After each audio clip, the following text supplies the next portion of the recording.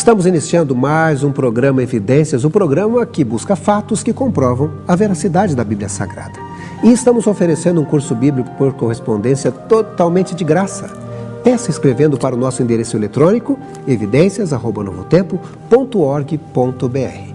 Caso queira nos enviar uma carta, escreva para Programa Evidências, Caixa Postal 7, o CEP é 12.300, 970, Jacareí, São Paulo. Nesses últimos tempos temos acompanhado diversas publicações que usam a Bíblia Sagrada ou mesmo personagens bíblicos como chamariz para vender suas edições. Outras revistas, com suposto teor científico, têm estampado em matéria de capa assuntos polêmicos envolvendo religião. Afinal de contas, é possível harmonizar ciência e religião? Será que é possível a um cientista moderno continuar a acreditar em Deus? Matemática, astronomia, biologia e outras ciências podem ser comparadas à teologia? Essas e outras respostas serão dadas pelo Dr. Rodrigo Silva, doutor em Novo Testamento pela Pontifícia Faculdade Nossa Senhora de Assunção, São Paulo, e especialista em arqueologia pela Universidade Hebraica de Jerusalém e curador adjunto do Museu de Arqueologia Bíblica Paulo Borck, localizado no Centro Universitário Adventista de São Paulo, o NASP Campus 2, localizado em Engenheiro Coelho, São Paulo. Começa agora o seu programa Evidências.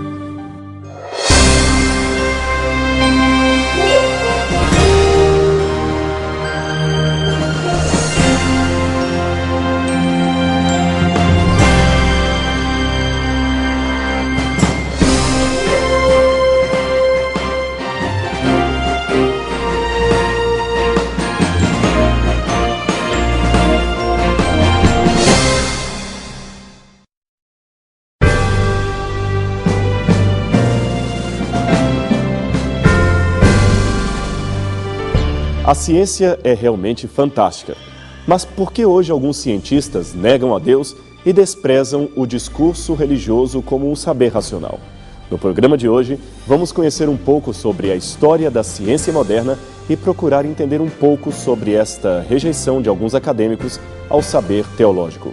Afinal, será que podemos harmonizar ciência e religião?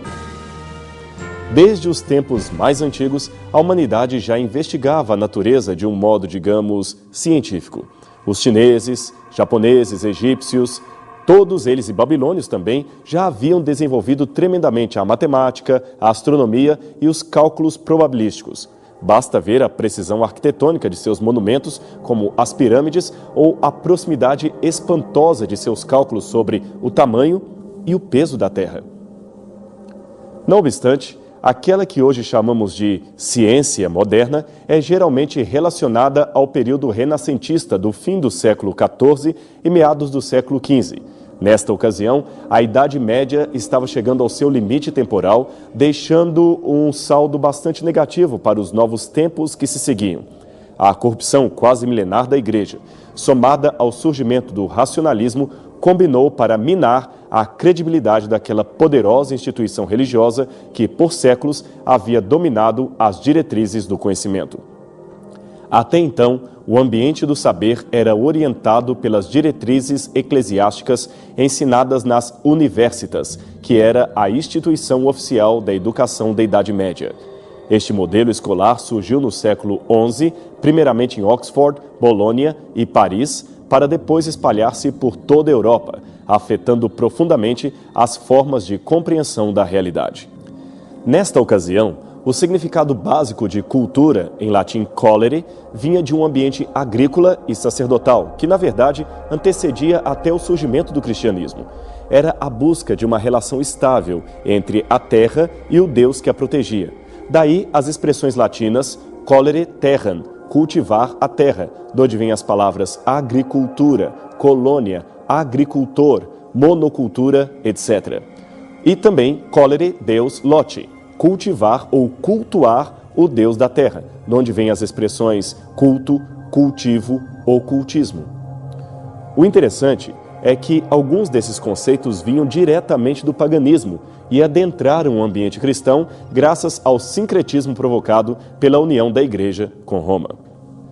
Toda esta dominação eclesiástica medieval, juntamente com a insígnia ora et labora, reze e trabalhe, acabou produzindo uma época de profundas trevas morais, espirituais e tecnológicas para a Europa e para todo o mundo.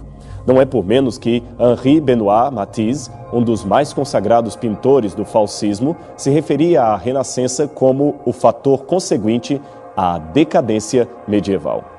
De fato, nas artes, as letras e até mesmo no conhecimento bíblico, tudo parecia haver morrido no naufrágio do Império Romano Ocidental, ocorrido em 476 d.C. O poder político-religioso que surgiu depois disso trouxe grandes trevas morais, espirituais e acadêmicas, e também intelectuais, para toda a Europa que viveu sob o seu domínio. A Renascença foi, de fato, um verdadeiro renascimento para a humanidade, especialmente a civilização ocidental, que adivinha do longo e terrível período chamado Idade Média. Portanto, no domínio territorial do Ocidente, o saber pragmático e os avanços tecnológicos estavam por séculos estagnados no tempo. Em alguns casos, haviam até retrocedido nos conceitos, como é o caso da medicina e da astronomia.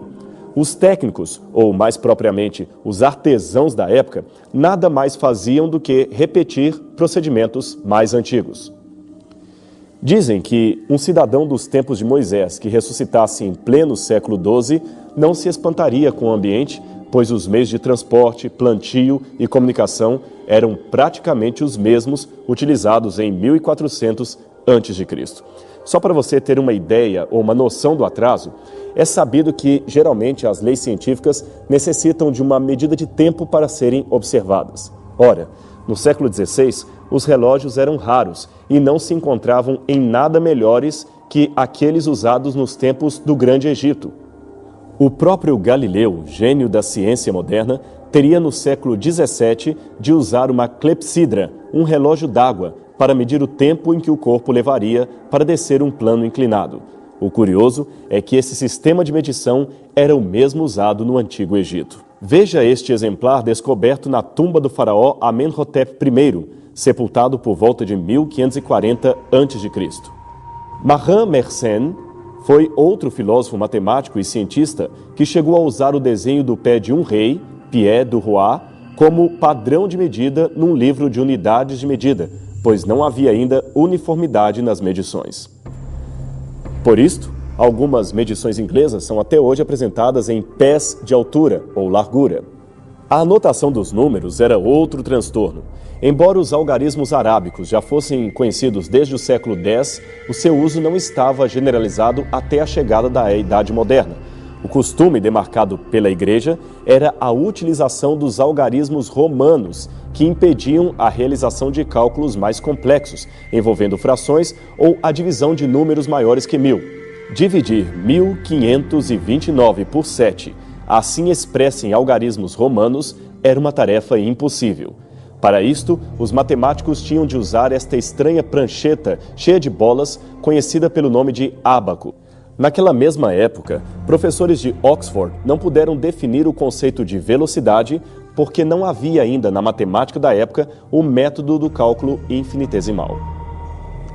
Enquanto a tecnologia europeia se mantinha assim grandemente atrofiada, no cenário do antigo Oriente Médio, a cultura era menos assustadora.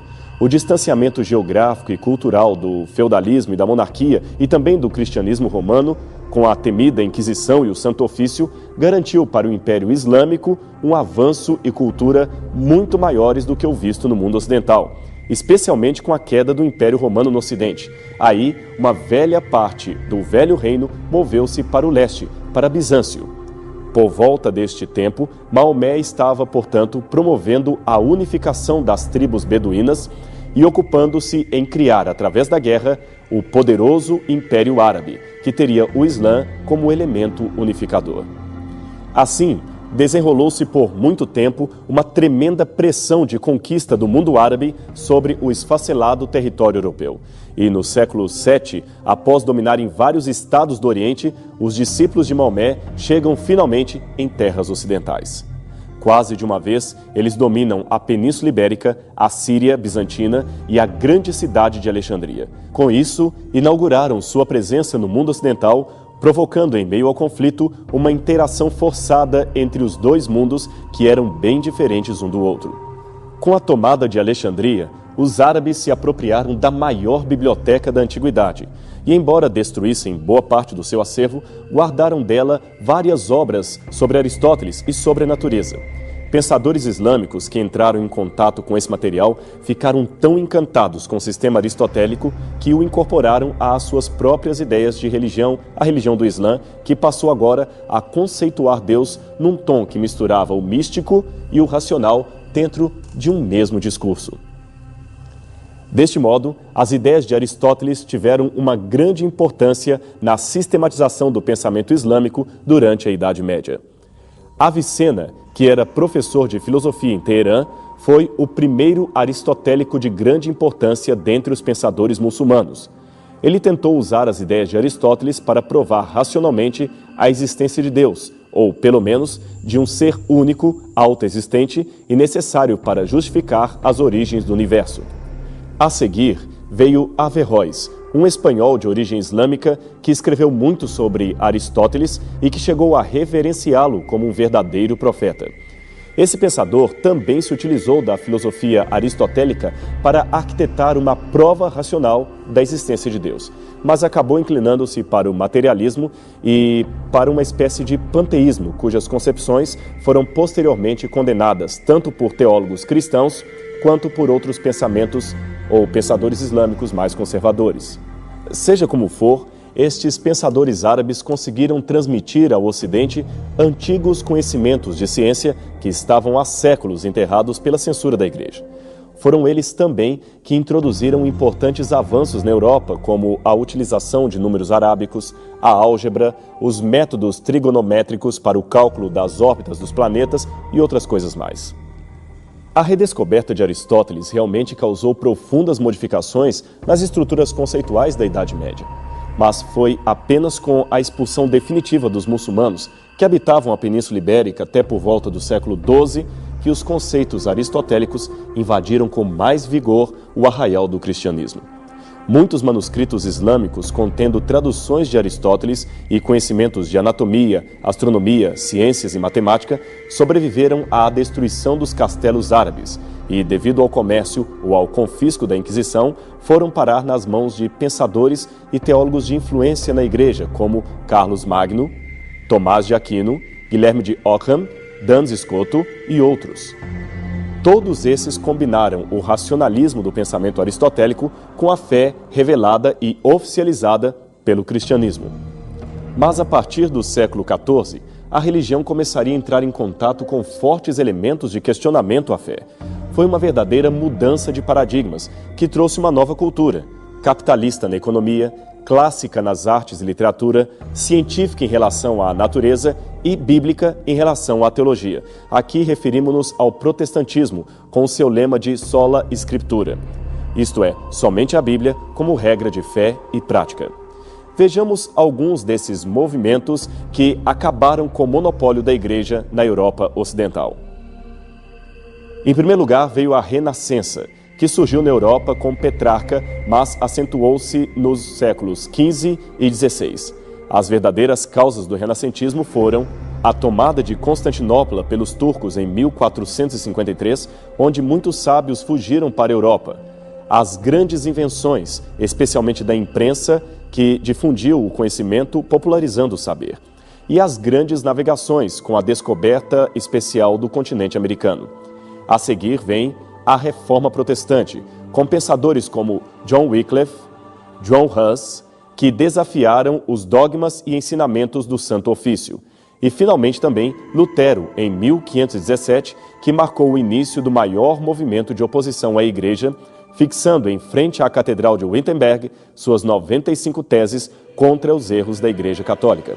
Em terceiro lugar, temos o fracasso das Cruzadas, que trouxe uma rápida decadência do feudalismo com conseguinte renascimento comercial e urbano. Os burgueses passaram então a ter o poder e a ameaçar até mesmo o sistema monárquico que vivia da Igreja e dos feudos.